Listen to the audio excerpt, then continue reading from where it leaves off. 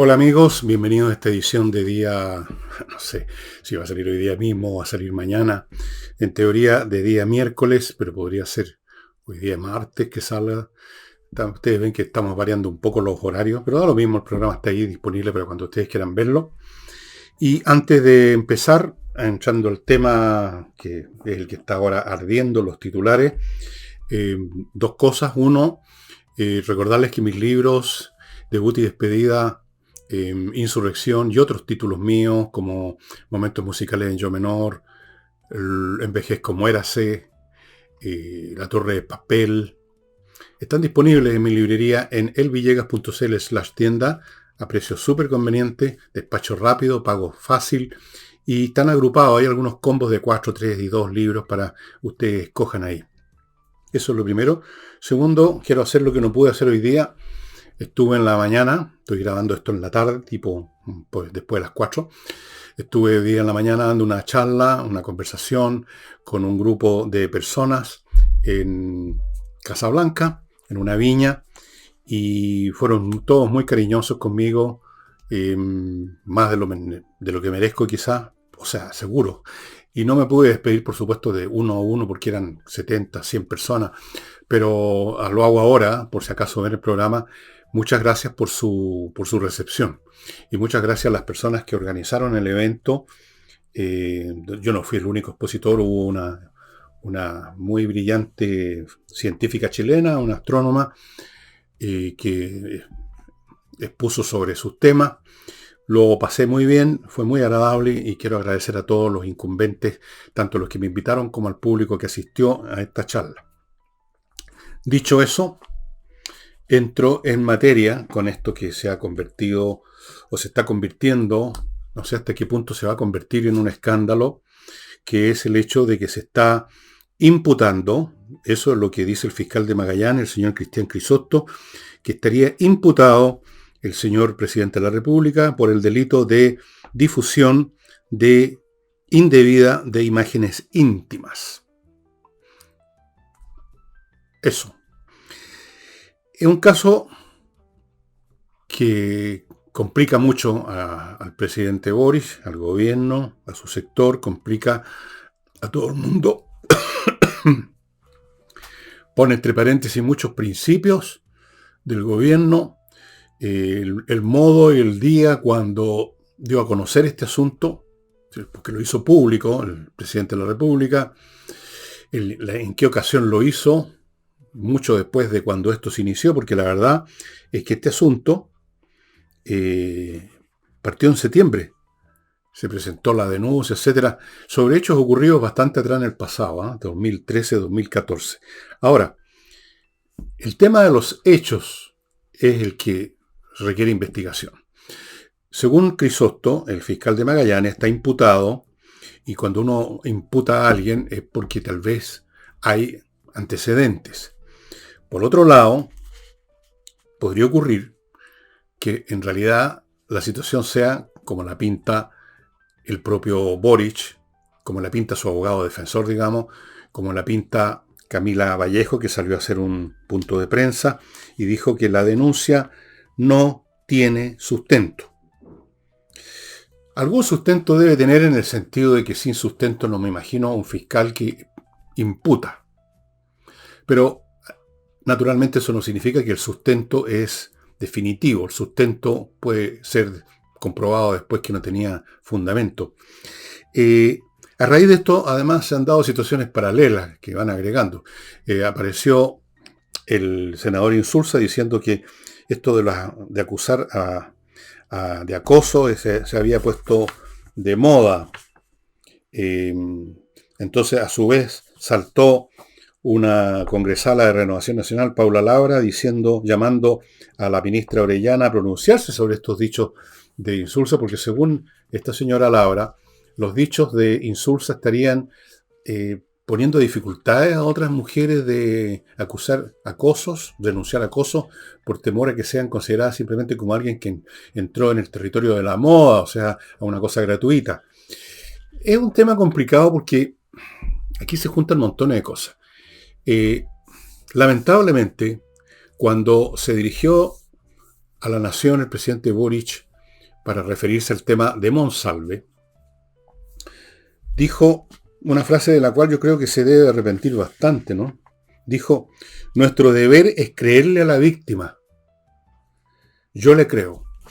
Y entonces uno podría decir, bueno, entonces, según las propias palabras de Boric, habría que creerle a la mujer que lo está acusando ahora de publicar indecencias íntimas en las redes. Como dice la frase, por la boca muere el pez. Ahora, yo no estoy diciendo que acepto la imputación y que creo yo o sé que Boric es culpable de haber publicado indecencia. Es un asunto que tiene muchos ángulos.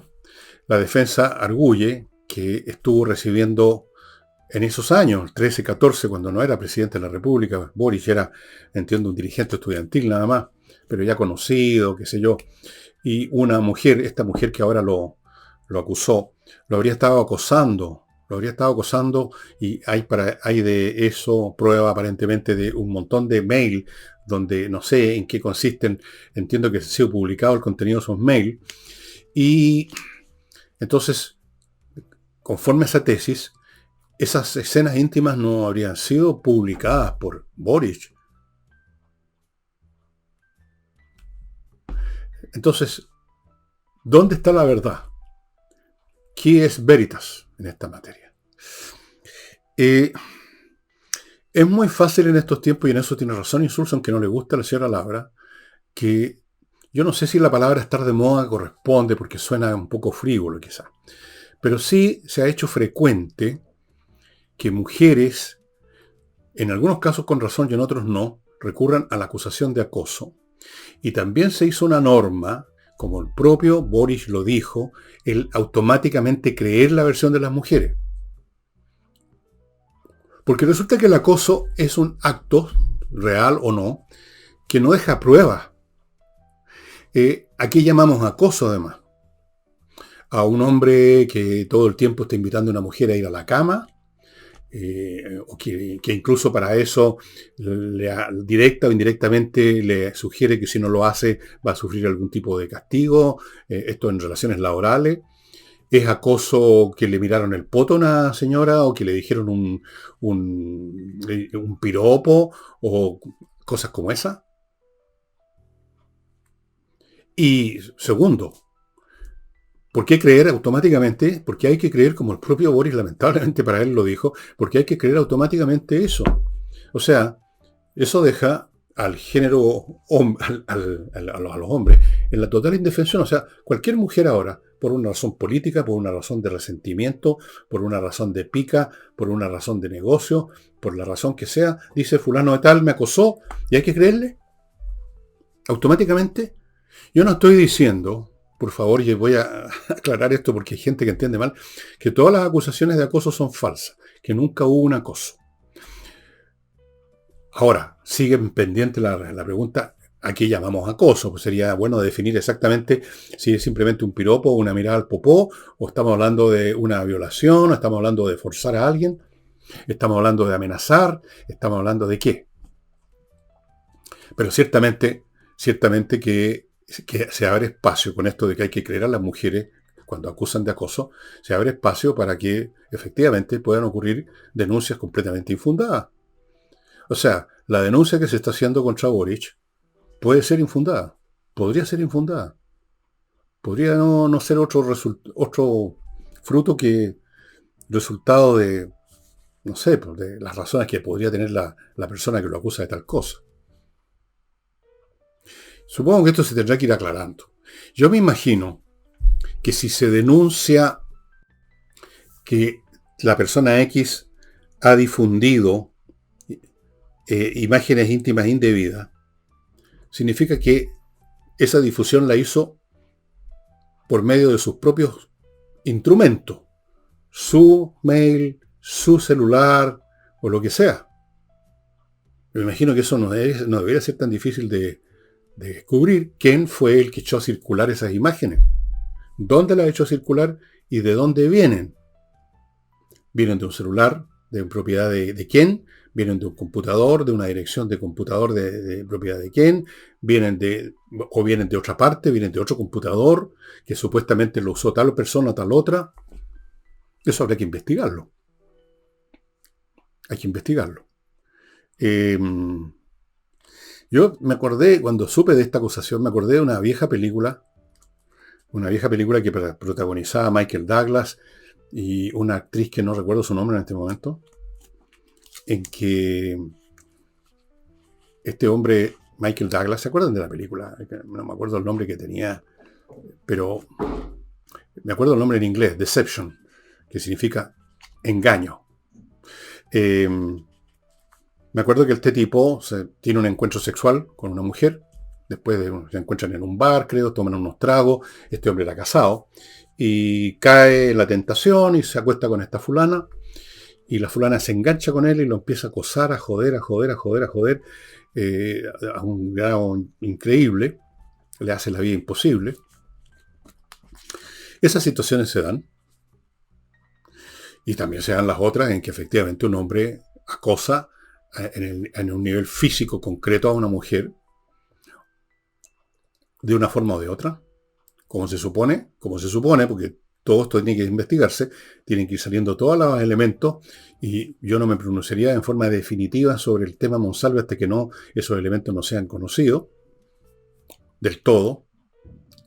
He escuchado ya muchas versiones sobre ese tema, no solo las versiones que digamos que se pusieron de moda, esto sí que se puso de moda desde el primer día, culpando 100% a Monsalve. He escuchado otras versiones. Yo suspendo el juicio en esta materia hasta no ver los antecedentes, que es lo que descubre la justicia.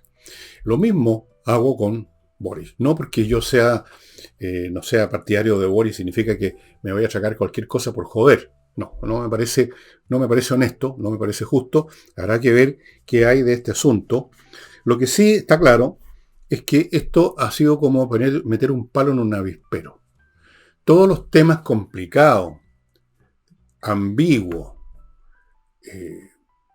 que hay con el tema del feminismo, del acoso sexual, de cuándo o no creer lo que dice una mujer simplemente porque lo dice, de si está o no está de moda, como dijo Insulza, que es una expresión quizá poco afortunada, pero entiendo que quiso decir, se ha hecho frecuente esta acusación y no podemos saber cuándo tiene base o cuándo no, y en qué consiste la base. Repito ese punto, porque ¿quién define lo que es acoso y quién no? ¿Dónde está la barrera entre, pongamos, por poner un extremo, entre un piropo un poquitito picante y empujar a alguien a la cama? ¿Dónde está? O sea, este es un tema engorroso, complicado, un tema nuevo, no tiene muchos años, que complica a todo el mundo. Complica, por ejemplo, a la ministra de la Mujer, que una vez más se la está acusando de no hacer nada al respecto, que en este caso debiera de haber inmediato, supuestamente, haber llamado a terreno a Insulza por decir que se había puesto de moda el acoso. Entonces, lo cual es, en cierto sentido, un aprovechamiento político, digamos las cosas por su nombre. Ahora, a su vez, la palabra aprovechamiento político requiere varios exámenes, porque un aprovechamiento político puede ser de algo que no existe o de algo que existe. Algo que existe, que se les trata de sacar el jugo, o algo que no existe, se trata de sacar jugo de una fruta que nunca existió. Entonces, todo esto es muy complicado, todo esto es muy sórdido. O sea, hemos llegado a este nivel de indecencia en que ya para destruir a alguien, y yo lo sé en términos bien personales, por destruir a alguien por razones políticas, principalmente, o por razones de despecho, por las razones que sea, se recurre a cualquier medio. Y no importa, digamos, hasta qué punto se destruye una persona por ese motivo. Yo sé el caso, me lo contó una persona que fue acusada de esto, que a su vez conocía a otra persona que había sido acusado lo mismo, un profesor universitario del sur, que se suicidó, porque le reventaron la vida con una acusación. ¿Y quién se la reventó? Una alumna. ¿Por qué? El profesor le puso una mala nota, el profesor la miró, el profesor, digamos, le hizo un gesto, le hizo guiño al ojo, el profesor realmente hizo algo. No vamos a ver porque el hombre se suicidó. Es muy, muy sórdido esto que se vive con el tema de las acusaciones de acoso. Es muy ambiguo porque no sabemos cuándo efectivamente ha habido un abuso claro, contundente contra una mujer. Es muy ambiguo y confuso y además penca porque se ha mezclado con cuestiones políticas. Y yo creo que esto francamente es una muestra más del grado de odiosidad, de falta de, no digamos de afecto mutuo, pero al menos de un mínimo de respeto que se ha llegado en esta cuestión. Así es la cosa. Así que esto está en proceso, como dicen los periodistas, perdón, es una noticia en desarrollo. Vamos a ver qué pasa, qué es lo que descubre, porque las diligencias, a propósito, se encuentran en este momento en una calidad que yo no conozco qué significa jurídicamente. Se encuentran en calidad de desformalizada. Pero por otro lado, hay diligencias pendientes. O sea, no es que esté terminada la investigación, está desformalizada. No conozco, traté de preguntarle a un abogado, pero no me contestó qué es lo que significa eso, en términos prácticos, cuando hay una denuncia de este tipo. Pero hay diligencias pendientes.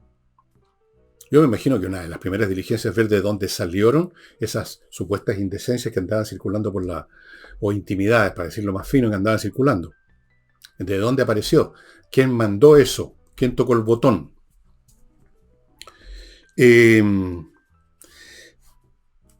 habla también de que esto es de carácter reservado a la investigación, o sea que ahí está desformalizada, carácter reservado, hay diligencia. Esto también es confuso para mí, por lo menos. Bueno, como dije, Camila Vallejo dijo que esto no tenía ningún sustento, que la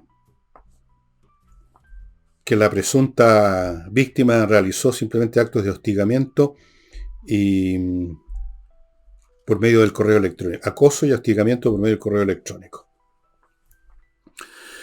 Hay otra alternativa, que hay una mezcla de todas estas cosas, que hay varias cosas que parecen, que no es blanco o negro, sino que hay una mezcla de elementos. Y yo no lo sé. Usted tampoco. Eso tendrá que saberse.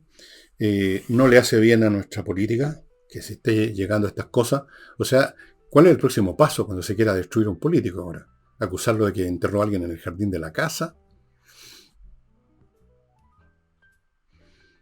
Esto no... Si alguien quiere hacer puntos políticos con esto, independientemente que el hecho sea o no sea verdadero, esto es un tema de la justicia. Pero desde el punto de vista del uso en la política.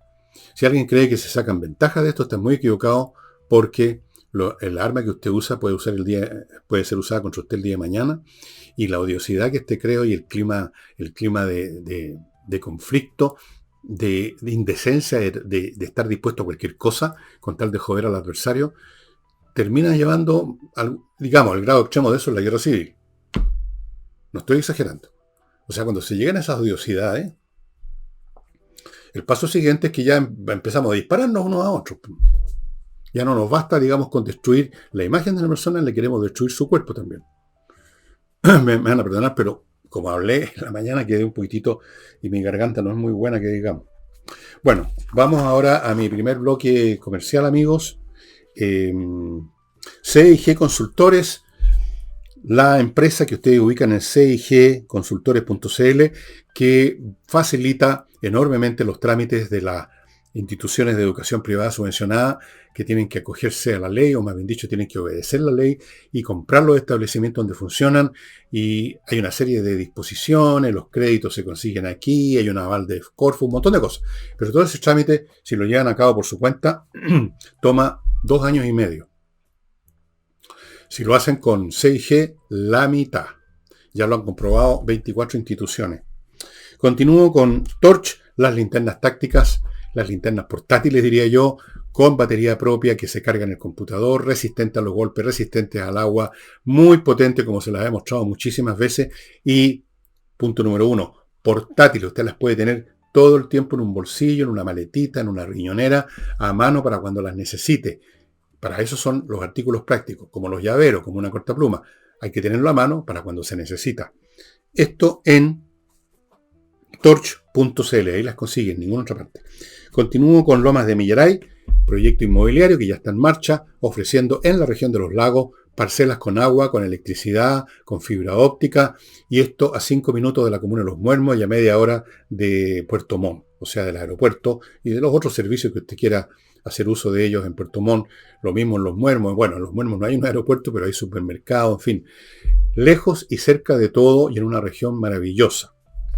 Y en relación con eso, no olviden, amigos, el arquitecto Diego Sándor, que vive en la zona, diseña fachadas e interiores espectaculares, como ustedes pueden ver en la foto, preciosos, y se encarga de la construcción él mismo personalmente con los viejos de la construcción. Y quiero también recordarles en este bloque a Unantiacos, un grupo de talentosos programadores de software que ofrecen sistemas de procesamiento de datos a la medida de grandes organizaciones, como ya lo han probado varias universidades de gran calibre chilenas. Entiendo que una de ellas es la Católica, entiendo que otra es la Santa María, no me acuerdo cuáles, son 2, 3 o 4 grandes instituciones académicas y otras organizaciones. Software a la medida significa un software que no va a fallar el día de mañana. Los software tienen esa condición que no siempre fallan al tiro, sino que esperan un tiempo, uno está confiado que está todo el descueve y de repente ¡pum! Así es que, Unantiacos. Continúo con este polvito mágico que ya conocen, Oxibiota, que mezclado con agua se convierte en un caldo de bacterias aeróbicas que destruyen las que inician los malos olores porque inician la descomposición, que son las anaeróbicas. Entonces usted vierte este producto en los desagües del baño, del fregadero de la cocina, lo puede vaporizar también en superficies donde hay malos olores, por ejemplo los jardines, porque los perritos, los gatitos hacen caquita, qué sé yo, o los pájaros, siempre hay material, o animales que han muerto, insectos, hay material orgánico en permanente descomposición en todo momento. Entonces usted con esto elimina esos olores. Y Fastmark, la empresa chilena de carga internacional que les trae desde Estados Unidos a Chile, tanto a empresas como a particulares, lo que necesitan, lo que quieren, lo que compraron, etcétera, con puntualidad, con expedición. ¿Qué más se puede decir de esto? Yo creo que nada más. Me parece pestilente este asunto, realmente. Que hayamos llegado a esto. Independientemente de quiénes son los culpables, si Monsalve es culpable o no, si el presidente Boric es culpable o no, si fulanito es culpable o no, el hecho que se use eso políticamente es lo penca. Esto debiera quedar supeditado al tema de la justicia y ante estos hechos policiales, los que se enteran debieran discretamente, creo yo, esperar los resultados de la justicia y ahí sí, si tiene connotación política la cuestión, si la tiene, y no es meramente un tema privado, si la tiene, ahí es lícito sacar conclusiones políticas, derivaciones políticas, pero no antes, no antes.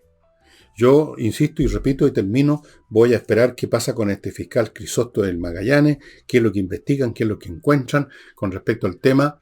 No olvido que es posible que tenga otras versiones opuestas, completamente opuesta a lo que se está imputando a Boric. Repito también que aquí no se trata de echarle agua, no, como se dice, echarle benzina al fuego, digamos, simplemente porque a uno no le gusta el gobierno. No, eso no corresponde. Yo por lo menos no voy a caer en esa práctica penca de estar aprovechando cualquier cosa, aunque sea mentira, o aunque no sea claro, o aunque sea ambigua, o aunque no venga el caso, simplemente para aprovechar, para ver si deteriora un poco más la imagen. No voy a hacer eso. No voy a hacer eso porque tengo claro lo que significa a una persona que la acusan de ese tipo de cosas. Todo el daño que le hacen. Bien.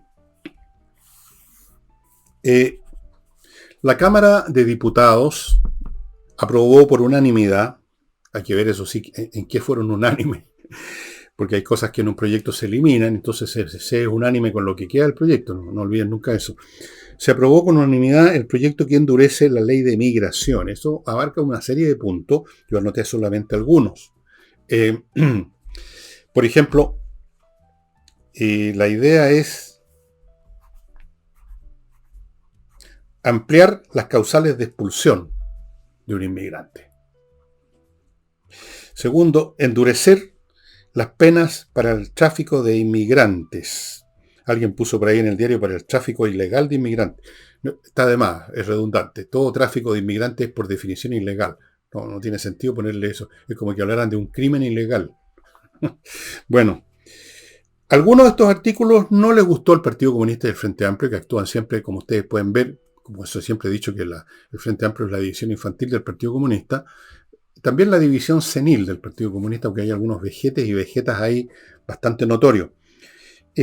No les gustaron algunos artículos y pretenden que estos sean revisados en el Senado, porque ahora tiene que pasar esto al Senado. Yo creo que en el Senado no los van a revisar. O sea, no, eso no va a cambiar porque en el Senado no hay mayoría del oficialismo. ¿Dónde hay mayoría del oficialismo ahora? Así que se va a endurecer la ley de inmigración. Yo no sé si es suficiente endurecer una ley. En primer lugar, hay que ver cuánto se endurece realmente, primera cosa.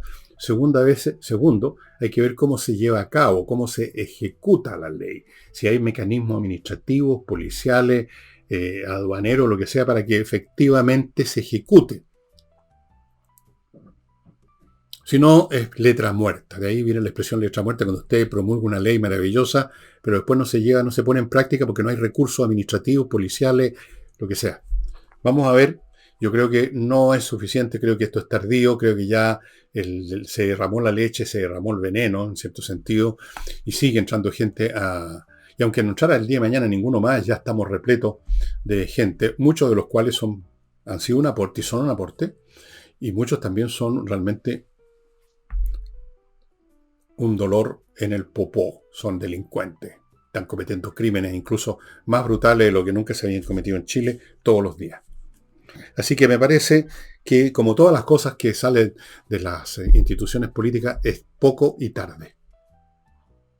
Hemos llegado en Chile en este tema, como en otros, hemos llegado en Chile a un nivel que se acerca bastante, ya, se está acercando, no sé si bastante, pero se está acercando, va en camino al tipo de situaciones que se han visto en otros países y que obligan a otro tipo de medidas mucho más duras y mucho más brutales, ya porque a grandes males, grandes remedios. Estoy pensando en El Salvador. Yo creo que esto es tardío. Esto debió haberse promulgado hace 5 años atrás. Pero hace 5 años atrás, al contrario, el tema incluso era visto esto de dejar entrar como una cosa positiva, una virtud del país. Este era un país acogedor. Entonces que vengan entrando nomás. Ya es tarde. Yo creo que ya es tarde. Vamos a ver qué pasa en el Senado con esto. En una de esas, como nos faltan los que atornillan al revés en la oposición, ya sabemos quiénes son, los conocemos, no voy a dar nombres porque para qué me voy a hacer odioso. Ya tengo suficientes enemigos ya.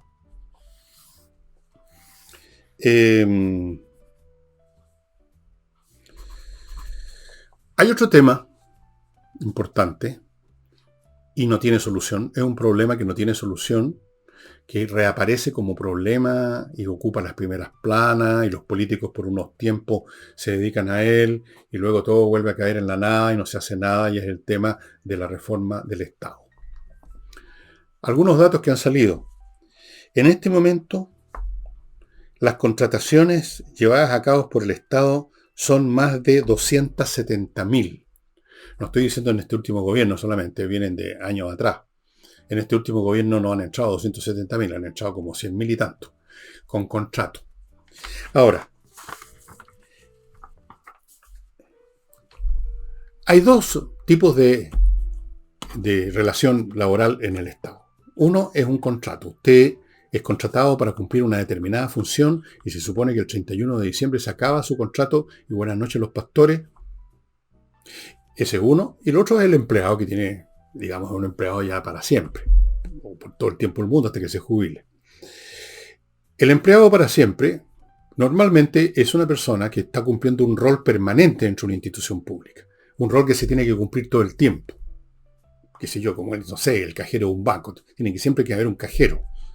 Y el que es cajero va a seguir siendo cajero hasta que se jubile. En la administración pública hay muchos cargos, que si el director de un hospital, tiene que haber director en los hospitales, es un cargo también estable, supongo yo. Y hay muchos otros por el estilo que son entonces personas que tienen un contrato como empleados públicos y esos están sujetos a determinadas legislaciones muy protectivas en algunos sentidos y no tanto en otros. Y luego tenemos el que es contratado para cumplir una función determinada. Por ejemplo, ¿recuerdan ustedes el caso cuando estaba el tema del COVID en Chile? El Ministerio de Salud contrató un montón de gente, a veces cabros muy jóvenes, para cumplir algunas funciones. Bueno, mientras durara la emergencia del COVID, por supuesto. Ahora, en el ministerio, en la Contraloría, la señora Contralora, que hay ahora, determinó que ya los contratados no podían asumir automáticamente que una vez contratados, una vez que estaban vinculados a la administración pública con contrata, inevitablemente después iban a seguir en la administración pública y que se iban a renovar sus contratos indefinidamente. Eso tiene un nombre, esa disposición o esa esperanza de un cargo eterno, a pesar de que por definición un contrato es transitorio. Y están anunciando, entiendo que van a llevar a cabo un paro por eso, porque hablan de la precarización. Y he leído los argumentos de un abogado especialista en estos temas que habla de que es precario un contrato porque no da garantías de que se va a mantener. Y eso lo dijo con un tono y con unas palabras que dan a entender entonces que allí se está produciendo una especie de pecado. Yo no entiendo, francamente, en qué sentido un contrato tiene per se tiene que tener una duración indefinida, cuando resulta que el contrato es para cumplir una función definida y transitoria. Es natural que terminada la labor para la cual se contrató a alguien, se termina también el contrato. Y si acaso no es el caso, si acaso el tema continúa, el problema por el cual se contrató a alguien continúa, bueno, ahí, por una razón objetiva, se le renovará el contrato. Y en una de esas incluso se le da un tratamiento de empleado, se le convierte en empleado fiscal. Pero todo depende de la función, si la función es necesaria, si la función todavía se requiere. No tiene por qué el contratado per se, independientemente de lo que está pasando con la labor para la cual se le contrató, si esa labor sigue siendo necesaria o no. ¿Por qué llamar precario a una cuestión que es simplemente natural? Porque está en la naturaleza de los contratos que sean duraderos en tanto dura la tarea que se desea cumplir con el contratado. Precario. O sea, ya convirtiendo esto en una falla del Estado, en un pecado, en una situación inaceptable. Pero ese es el lenguaje y ese es el tipo de pensamiento que se ha ido instalando en el Estado chileno, en la sociedad chilena, en el sentido de que uno agarra una pega y se supone que es dueño permanente de ella. Yo hablo con conocimiento de causa, amigos, porque todas las pegas que yo tuve, todas, en todos los organismos de medio de comunicación que tuve eran por contrato y así lo quería yo. Nunca me interesó ser empleado. Tampoco se interesaron en contratarme como empleado. Yo me bastaba con hacer mis boletitas y pagar impuestos por mis boletitas. Y cuando me acusaron a mí de las cosas que están acusando a otros ahora, no se demoraron ni 5 minutos en darme una patada en la raja. En todas las empresas en que trabajaba. Muertos de susto que no lo fueran a acusar a ellos también. Y yo no me acogí a alguna clase de inamovilidad porque yo entendía que, bueno, los contratos son tan duraderos como dura la voluntad del contratante. O como no dura la voluntad del contratado también, porque uno puede renunciar. Puede a uno molestarle, puede uno considerar injusto, puede uno considerar que nos están tirando, digamos, las pirañas, que nos están haciendo un daño. Pero desde el punto de vista, digamos, de la naturaleza jurídica del instrumento, por definición los contratos son transitorios. Pero aquí tenemos una cultura de la inamovilidad. O sea, usted entra a la administración pública, aunque sea solo con un contrato, y ya pretende estar ahí per sécula. Y ese es uno de los pecados. El otro pecado que se comete todo el tiempo es el de las huelgas, los paros que perjudican a todo el país. Hemos visto el caso de la huelga, el paro de la Dirección de Aeronáutica Civil, que causó un daño enorme a miles de personas. Y a partir de ese hecho surgieron voces, como siempre ocurre. Cada cierto tiempo, cuando hay un evento particularmente enojoso, irritante para el país, emergen voces que hablan de la reforma del Estado. Emergió Oscar Landerreche, emergió Felipe Arboe, no me acuerdo quién más, ex ministro Briones, y seguramente hay otros que lo habrán dicho, yo no los anoté, y que se precisa una reforma al Estado, que no es posible que el país sea chantajeado por estos paros que son digitados por las dirigencias sindicales, que a veces a su vez son digitadas por partidos políticos de izquierda. Entonces es un embrollo que no puede ser, que le ha causado a este país a lo largo de los años un daño inmenso. Y sin embargo, yo estoy seguro que no se va a hacer absolutamente nada. Nada. No se va a hacer absolutamente nada porque son millones de votos. ¿Y qué gobierno quiere enajenarse 3 o 4 millones de votos, dígame usted? Y hablo de 3 o 4 millones de votos considerando a todas las personas que están en la administración pública más sus familiares. Incluso aunque usted disminuya la mitad de eso, tendrá por lo menos 2 millones de votos. ¿Quién quiere perder siquiera 2.000 votos? 2 millones de votos. Fuera de las otras capacidades de presión que tienen justamente con los paros. ¿Qué hace usted con un paro? ¿Qué hace el Estado? ¿Los echa todos? Más problemas. ¿Los saca a patá de las oficinas? ¿A quién pone? O sea, es complicado. Y siempre sucede que los movimientos sindicales de grandes organizaciones, ya sean estatales o privadas, precisamente basan su fuerza en la capacidad de hacer daño que tienen. En eso consiste la naturaleza de las huelgas. El paro es, a cualquiera que el nivel que sea privado o público, el paro es para presionar, para obtener un beneficio por el daño que se está haciendo al otro con el paro o la huelga. Bueno, en este caso el daño es mayúsculo porque están afectando no a una empresa, sino que a todo el país. Pero, precisamente porque es mayúsculo, o sea, porque hay mucha gente involucrada, nadie nunca ha hecho nada. ¿Qué se hace con la administración pública habitualmente cuando se encuentran, todo el tiempo se encuentran, porque está llena de falencias, cuando se encuentran falencias en algún área del quehacer administrativo del Estado? ¿Se elimina esa función? ¿Se elimina el personal? No. Se pone más personal, se hace un bypass. Los que no hacían nada o hacían mal, se les trata de arrinconar, que sigan cobrando, pero que no jodan, que no hagan nada, pongamos a estos otros. Y esto empezó, yo lo recuerdo, era cabro, pero me acuerdo, empezó con el gobierno de Eduardo Frei Montalva, en la época de la democracia cristiana, la revolución y libertad, con los llamados que se llamaban los asesores. Llenó de asesores, me acuerdo que estaban en INDAP, muchos relacionados con el tema de la reforma agraria. ¿Por qué? Porque con la gente que tenía en ese momento el Ministerio de Agricultura no creían que estaban en condiciones de llevar a cabo su proyecto, entonces vamos contratando asesores. Es lo que se hace hasta el día de hoy con otros nombres. Se contrata gente que se instala por sobre, hacen un bypass sobre la administración común, pero esa administración común sigue ahí cobrando su sueldo, cobrando todo, y luego cuando llega otro gobierno, no se puede deshacer de estos asesores del gobierno anterior y pone otra capa y así. Lo único que sucede entonces con las medidas de reparación del Estado es que el Estado se hace aún más tumoral, se convierte en un tumor canceroso cada vez más grande. Y hemos llegado al nivel que todos conocemos en los últimos años, en que ya no basta con atiborrar los ministerios conocidos, sino que se inventan nuevos ministerios. Ahora quieren inventar un ministerio de seguridad, como si para eso no estuviera el Ministerio del Interior realmente. Un ministerio de seguridad. Se creó el Ministerio de la Mujer. Nunca supe yo y nunca nadie ha sabido, parece, qué diablos hacen en el día a día el Ministerio de la Mujer. El Ministerio del Medio Ambiente, dedicado a ponerle palitos a las inversiones en este país. Se habla de permisología, hasta el gobierno habla de permisología. Y luego tenemos ministerios que para mí nunca tuvieron sentido. El Ministerio del Deporte. ¿Qué tiene que hacer el Estado con el deporte? El deporte es una actividad privada. Si uno quiere hacer deporte, si quiere no. Si uno quiere se hace socio de un club. Si el municipio quiere poner una cancha de tenis, estupendo, pero tiene que haber un ministerio de eso. Y sigamos viendo. Hay ministerios que son del pasado, que siguen existiendo. Yo no sé si existe todavía el Ministerio de Tierra y Colonización, supongo que no. Pero hay una expansión del tumor feroz.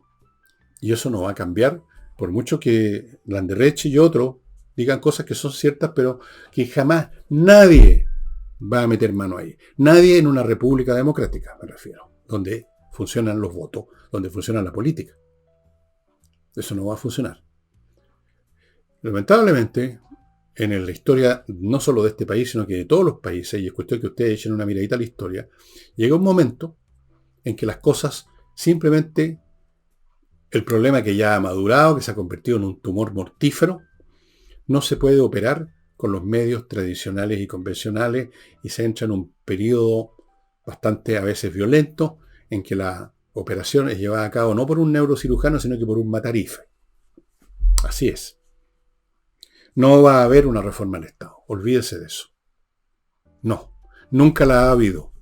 La única reforma del Estado es que crece su forma, crece su tamaño, crece su complejidad, crece el gasto, crece el peso que le significa la economía del país. Y con eso paralelamente crece la deshonestidad, crecen los cambullones, las transferencias de fondos a fundaciones, mil cosas más. El clientelismo político, los favores. Mientras más grande el Estado, más ambiciosos que quieren también sacar su tajada, ¿no? Así es que no.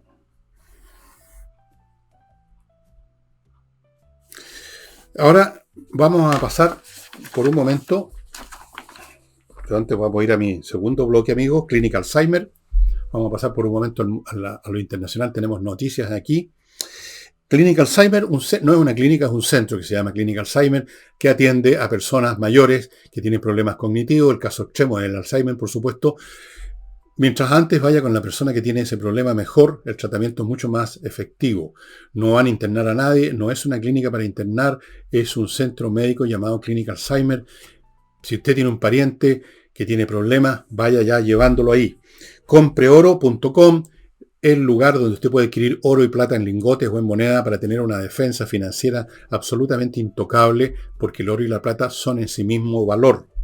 Continúo con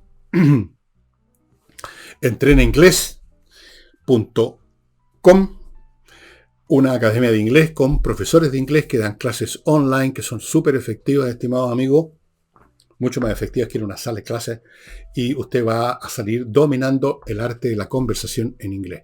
Hablar y entender lo que le dicen. Y termino este bloque con polarcenter.cl. Si usted está preocupado por la seguridad, si usted está preocupado por la posibilidad de que cualquier día, en cualquier esquina, unos maleantes le rompen el vidrio del auto, lo sacan a empujones, le meten un balazo, cualquier cosa, esta es una solución. Es una cutícula, llamémosla así, una superficie de un plástico especial, un polímero especial que se pega justo en los vidrios del automóvil y nica van a poder romperle el vidrio.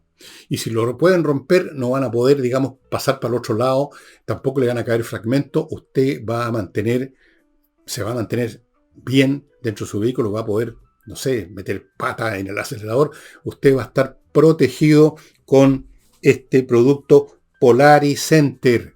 Hoy en día hay que tomar todas las precauciones porque ya vivimos en el Far West, literalmente, así que no basta con proteger la casa, hay que proteger también el vehículo porque muchos asaltos, muchos crímenes se cometen contra personas en vehículo y lo primero que hacen es romper el vidrio. Bien, continuando con el programa, amigos, o el show, como dicen los gringos. En lo internacional, el gabinete israelita aprobó un trato con Hezbollah de cese al fuego por 60 días para llevar a cabo en esos 60 días un montón de disposiciones que serían, por ejemplo, que las fuerzas de lo que queda de Hezbollah, digamos, se retiren más hacia el norte del Líbano, más allá de un río que era supuestamente y teóricamente desde ese tiempo el lugar hasta donde podían llegar estas fuerzas de Hezbollah, que finalmente llegaron a donde quisieron. Y el espacio vaciado por Hezbollah sería ocupado por el ejército libanés y fuerzas quizás por un tiempo norteamericanas. Se habla también de fuerzas francesas, inglesas, un país árabe, para generar ahí un buffer, etcétera, etcétera, etcétera. Se aprobó en el gabinete israelí, no sé, seguramente Hezbollah también lo va a aprobar porque son los más interesados. De hecho, son los interesados en una tregua, que eso es lo que es un cese al fuego, porque están siendo aniquilados. Israel yo creo que se ha visto forzado a llegar a por razones políticas internas y externas. Yo creo que lo único que quería el gobierno israelita, y es muy entendible, era terminar de acabar con el adversario y no dejarlo, digamos, en condiciones de reagruparse, que es lo que va a ocurrir inevitablemente. Y ese es el punto al que quiero llegar, amigo, Una tregua, un cese al fuego no es paz. Es eso simplemente, un cese al fuego por ahora. Treguas que normalmente son violadas a cada momento por alguna de las partes, luego se restablecen si les conviene todavía el cese al fuego. Normalmente el cese al fuego lo ocupan las partes no para pavimentar el camino a la paz, sino que para prepararse para el próximo enfrentamiento. No me cae ninguna duda que Hezbollah no va a dejar de querer destruir Israel por el hecho que hay una tregua. Van a sacar lección de los enormes daños que han sufrido en todo orden de cosas y van a pretender reorganizarse mejor y atacar en el próximo turno, atacar en forma más demoledora que lo que hicieron Hamas a Israel. No me cae ni una duda. E Israel no va al día de mañana tampoco a cambiar su postura de defenderse con cualquier método que sea necesario, simplemente porque hay una tregua. La guerra termina con la paz cuando la paz resuelve el conflicto. Y la pregunta es, ¿cómo se podría resolver este conflicto donde buena parte del mundo árabe, y desde luego estos movimientos pro-palestino o palestino, y la clerecía que maneja Irán, odian a Israel, odian a los judíos? ¿Por qué? Por muchas razones distintas. Cuando digo razones me refiero a motivos, no me refiero a que sean razonables, me refiero, tienen motivos, tienen sus causas que ellos consideran legítimas para querer aniquilar el Estado de Israel, como lo ha dicho 1000 veces la clerecía, los clérigos que manejan Irán, que hay que aniquilar Israel y que van a aniquilar Israel. Eso no va a terminar por una tregua. No. Lo que va a suceder es que Hezbollah y de rebote lo que quede, ya casi nada de Hamas, se van a reorganizar y no les van a faltar militantes, porque estamos hablando de millones y millones y millones y millones de musulmanes que están disponibles para rellenar las filas completamente diezmadas del actual Hezbollah y Hamas. Y seguir con la lucha, o sea, seguir con el deseo de aniquilar a los judíos. Eso no va a cambiar. Es una vendetta infinita. Y los israelitas no van a dejar de hacer todo lo que sea necesario, todos los bombardeos que sean necesarios, todas las demoliciones necesarias para poner fin a sus enemigos. Así que aquí lo que se ganó, si es que se ganó, si es que esta tregua finalmente se estabiliza realmente, puede que no, se pospuso, como ha pasado otras veces, por un tiempo. Las dos partes se preparan para el próximo round. Eso es todo. Este tema no lo va a resolver esta tregua. Yo creo que ni siquiera lo habría resuelto un tratado de paz.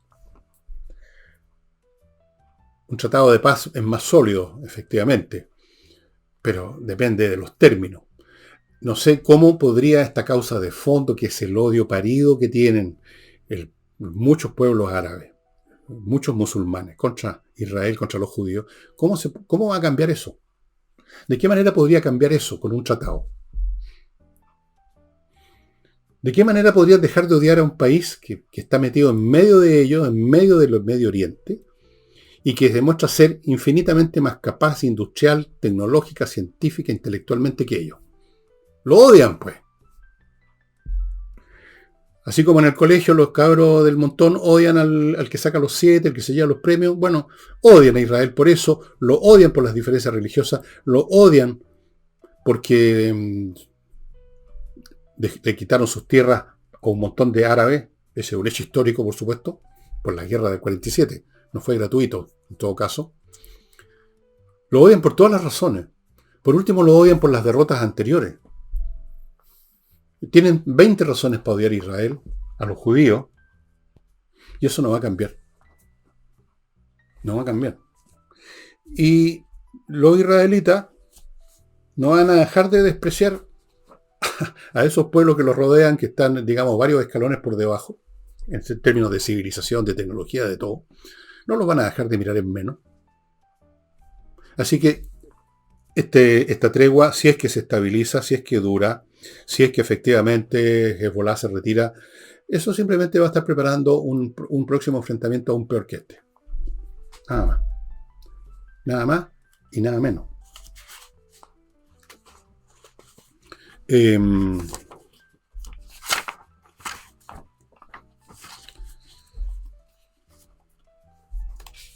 bueno,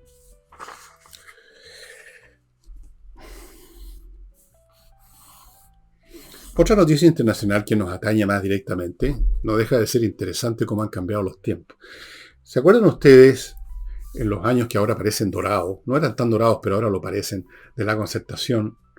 La cantidad de inversionistas chilenos que fueron a Perú a invertir allá, grandes, por ejemplo, en algunas de estas tiendas por departamento, creo que pusieron sucursales en Perú, también pusieron en Argentina, me parece.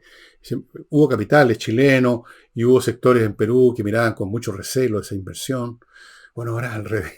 Ahora son capitales peruanos los que están entrando a Chile y están interesados. Por ejemplo, hay una puja con capitales norteamericanos de capitales peruanos por el control de Cementos Bío Bío. Los peruanos ya tienen una participación accionaria que les da derecho, creo que a un director. Ellos quieren tener más control, quieren tener el control del 40% del paquete accionario. Eso les da mucho más directores, les da mucho más presencia. Pero me da lo mismo a mí esto, si se lo lleva el premio los norteamericanos, los inversionistas norteamericanos, los peruanos, quienes son los que finalmente terminan adquiriendo ese paquete accionario. Lo interesante que quería contarles, para que vean ustedes cómo se da vuelta la tortilla, ahora es Perú, que está creciendo, que tiene este nuevo puerto construido por los chinos, que va a convertir a Perú en el gran puerto de América del Sur. De todas maneras, ahora son ellos los que vienen a invertir a Chile. Y en gran escala, no estamos hablando simplemente de los restaurantes peruanos, que ya es una inversión peruana hace tiempo. No, estamos hablando ahora de inversiones de muchos cientos de millones de dólares. Perú es el que la lleva ahora en materia de liberalizar, de sembrar las semillas del crecimiento económico, y nosotros somos los que nos quedamos atrás, con millones de regulaciones de todo orden, que los impuestos, que el medio ambiente, que los pueblos originarios, que la igualdad, que los derechos de esto, los derechos de más allá. En todos nos quedamos hasta en estudios, estudiantes que ya no quieren estudiar, profesores que no quieren enseñar, un paro tras otro, una revuelta tras otra, un gobierno incompetente. Bueno, nos quedamos atrás, pues. Nos quedamos atrás y la gran pregunta que queda es recuperable? ¿Es recuperable esta situación? ¿Puede el país el día de mañana con otro gobierno recuperarse? Algunas cosas sí y otras no. La economía se puede recuperar. La economía siempre se puede recuperar. Vuelve el dinero, vuelven los inversionistas, se levantan del suelo los platos rotos y se pegan con duco, digamos. Ya, empieza el país a crecer, se facilita la inversión, se hace lo que hay que hacer, se bajan los impuestos, se dan incentivos, como en algún momento se hizo con muchas industrias en Chile. Recuerden ustedes la forestación, los bonos que habían, los subsidios por la plantación de pino, qué sé yo. Siempre se puede hacer y se va a hacer seguramente. Pero ¿qué va a pasar con cuestiones más invisibles, más intangibles, como son, por ejemplo, la disciplina, la disposición al trabajo, a la honestidad, a la decencia? Ustedes dirán, eso son cosas vagas, no son, eso son lo más importante. ¿Qué pasa con un país en que la nueva generación no estudia? Bueno, ya tenemos un ejemplo de qué pasa con un país cuando llega una generación penca, ¿no es cierto?, al poder. ¿Qué va a pasar con la próxima generación, que va a ser aún más penca? Menos estudio, más quejas de la carga académica. Y los buenos, porque siempre hay un porcentaje de buenos a pesar de todo, con mayor razón yéndose del país. Entonces aquí no queda nada, queda lo peor. ¿Cómo se repara eso? ¿Cómo se hace que generaciones completas empiecen ahora a estudiar, a sacarse la cresta? ¿Cómo hacer para que los acostumbrados, tanto en lo privado como en lo público, a sacar la vuelta a la mitad del año con licencias médicas, no puedan hacerlo, no quieran hacerlo, les dé vergüenza hacerlo por último? ¿Cómo hacer para que la gente haga bien su trabajo en vez de trabajar al lote, como hace mucha gente, hasta profesionales? Porque ya no tienen interés, quieren irse a ver el internet, están con el celular todo el día pegado, uno ve gente en la calle caminando mirando el celular. O sea, una cultura, digamos, del idiotismo llevado al cuadrado. ¿Cómo se repara eso? ¿Cómo se cambia la postura, la actitud, el criterio, la parada ante el mundo de la gente, de generaciones de chilenos? Eso no es tan fácil de recuperar como la economía. ¿Cómo se hace para que lleguen a la política gente realmente inteligente y no las mediocridades ambiciosas que vemos ahora pululando por todos lados? No solo los viejos, sino que los nuevos, que a veces son peores, no saben ni hablar a veces. O sea, son casi analfabetos. ¿Cómo se repara eso? Díganme ustedes. ¿Cómo se cambia el clima moral, mental de una población completa? Ese va a ser la parte difícil y peor todavía la parte invisible, porque estas no son cosas que se ven. El día de mañana llega otro gobierno, vamos a ponernos en la buena, vamos a ponernos pues, bien optimistas, y empiezan a haber buenos índices de crecimiento, empieza a llegar el capital, se interesan nuevamente en invertir en Chile los extranjeros, los chilenos en vez de sacar la plata la dejan acá, invierten también, empieza a crecer la economía, este mes crecimos un 4%, vamos bien, este año vamos a crecer. Bueno, todo ese panorama lo vamos a estar viendo, si es que lo vemos, pero lo podemos estar viendo. Pero ¿qué pasa con lo otro? ¿Qué va a pasar con esos estudiantes que ya entraron a primer año, ahora van en tercer año, no se sabe cómo diablo pasaron los cursos, no han estudiado en su puta vida, son unos flojos rematados, van a recibir igual un título y van a dejar la crema como profesionales? Como ya está pasando. ¿Qué hacemos con eso? ¿Cómo se cambia eso? ¿Cómo se cambia la idea que tienen muchos chilenos de que todos tienen derecho a entrar a la universidad aunque sean unos idiotas, aunque sean unos flojos? Porque la selección es un pecado mortal, pues eso es fascismo. Nada de selecciones, nada de pruebas difíciles. Todos tienen derecho a entrar. Sáquenle los patines a los que son buenos. ¿Cómo se cambia eso? Díganme ustedes. ¿Cómo se cambia esa postura? Yo creo que es muy difícil. No la cambia un gobierno. Pueden cambiarla las circunstancias históricas. Vaya a saber uno por qué va a pasar Chile en los próximos años. Por qué situaciones nos vamos a enfrentar y van a obligar, por una cuestión, por último, de supervivencia, a que el país empiecen a ponerse las cosas en su lugar y sean los mejores los que dirijan el país, los mejores los que dirijan las empresas, los mejores los que pongan las normas y los peores que se vayan a la cresta. Para eso se necesita algo así como que el buque ya se esté hundiendo. Es lo que pasó en Argentina, pues, estimados amigos. ¿Por qué está Milei de presidente de Argentina? En cualquier otro momento histórico de Argentina, a Milei lo meten en un manicomio.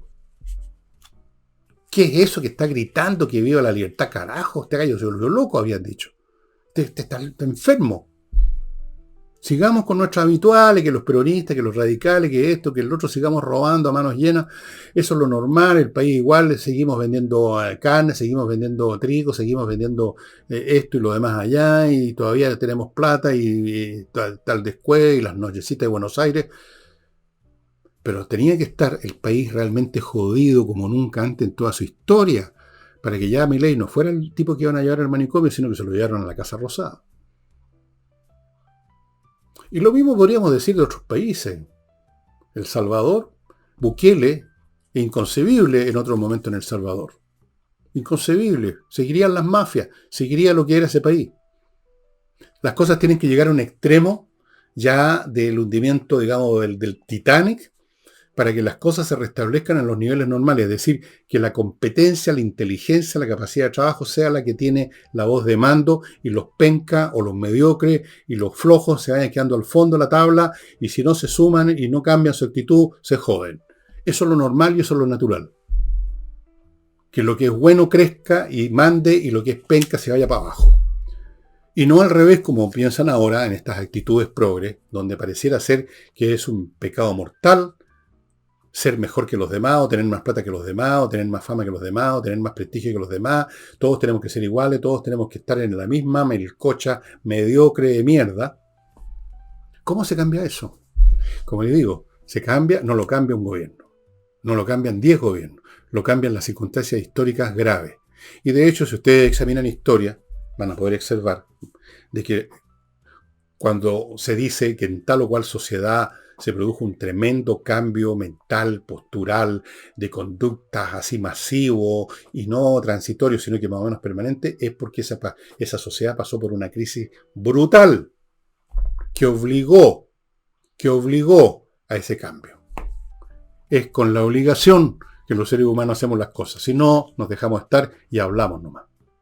Lo mismo que pasa ahora con por eso he dicho y sigo diciendo que no va a haber una reforma del Estado a menos que lleguemos a una situación tal de desbarajuste que no queda otra solución que cortar, digamos, a hachazo limpio el tumor, porque si no nos hundimos todos. Pero no hemos llegado todavía a eso. Vamos para allá, pero no hemos llegado. Vamos en marcha hacia el témpano, pero todavía no hemos llegado.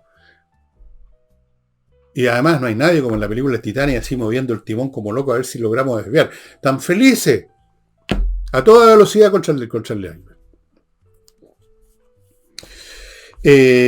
Amigos, permitidme contaros de patriciastocker.com, que se dedica a resguardar su marca comercial, la inscribe en Chile, en todas partes, la protege, la renueva, etc. patriciastocker.com. Servicios logísticos de ingeniería, consultores, van a revisar su empresa, van a ver qué es lo que está funcionando mal en la logística, le van a proponer soluciones y le van a buscar el personal para que lo ejecute. Continúo con González y compañía, un buffet de abogados penalistas, lo de lo mejor de la plaza, está entre los mejores buffets de abogados penalistas que hay, han ganado casos muy importantes, así que no estoy inventando nada, son famosos, así que si tiene un problema penal, vaya poniéndose en contacto con ellos. Sigo con Air Magic Chile.com, una empresa europea que se estableció no hace mucho en Chile para climatizar los lugares de trabajo donde hay máquinas, donde hay gente, se junta calor y hay un límite legal del calor que se puede juntar para que los trabajadores trabajen en buenas condiciones. Si usted no sobrepasa ese límite, no solamente está arriesgando toda clase de problemas legales, sino que va a haber un mal clima laboral y eso a su vez va a repercutir en 1000 cosas más. Póngase en contacto con airmagic-chile.com. Remodeling, profesionales para remodelar pisos, paredes, muebles de cocina y lo que sea en su casa, puros profesionales. Y Hey, el corredor inmobiliario que vende por sus métodos y por su concentración en pocos encargos. El libro que les voy a mostrar antes de partir, debía haber partido antes porque ya no me queda garganta, es un clásico de la historiografía vinculada al mundo de la antigüedad. El autor es un famoso, se hizo famoso, o sea, este es uno de estos libros clásicos, algo así como Edward Gibbon con su Decline and Fall of the Roman Empire. Este es Jacob Burckhardt, La civilización, los griegos y la civilización griegas, cómo era esa civilización, cómo funcionaban. Este es un clásico, este libro es del siglo XIX, por supuesto que hay otras miradas que se han ido manifestando posteriormente con otros historiadores, pero este es un clásico. O sea, aquí no hay nada que se pueda desechar. Este es un libro que yo lo recomiendo, además es muy entretenido. Burckhardt nació el año 1818, murió en 1897, así que fue uno de esos historiadores que cambiaron gran parte de la ciencia histórica en ese siglo. Hubo muchos alemanes en el lote aquí, Jacob Burckhardt, para empezar a hablar, muchos alemanes que contribuyeron a los métodos de la historia, a la historiografía. ¿Para qué se lo voy a nombrar? Otro día les voy a mostrar algún libro de Theodor Mommsen. Después está uno que les mostré el otro día de este especialista en la guerra. Dubrecht, algo así, ya no me acuerdo el nombre. Bueno, hubo muchos historiadores importantes y este es uno de ellos y este libro es muy entretenido, estimado amigo, ver cómo funcionaba esa polis griega, cómo era el día a día, cómo era el arte, qué papel, qué rol cumplían los artistas en la polis griega. ¿Eran como los artistas de hoy, una especie de rockstar, o eran vistos más bien como artesanos de alto nivel, pero artesanos después de todo? ¿Qué pasaba con los esclavos? ¿Cómo se les trataba? ¿Cómo era la política? ¿Cuáles eran los modelos de conducta y culturales que imperaban? Todo eso con este libro que está siempre disponible porque es un clásico, siempre se está editando, reeditando. Puede que lo encuentren con otra portada, puede que no esté editado por este señor, sino que por otro, pero el libro es el mismo, Los griegos y la civilización griega, de Jacob Burckhardt. Y con eso, amigos, me voy a ir a cambiar de garganta. Nos estamos viendo mañana jueves con Nicole Rodríguez. O sea, o mañana, no sé qué día sale esto, qué día salen los demás. Todo ya es diferente, como ustedes se habrán dado cuenta. Ok, vale.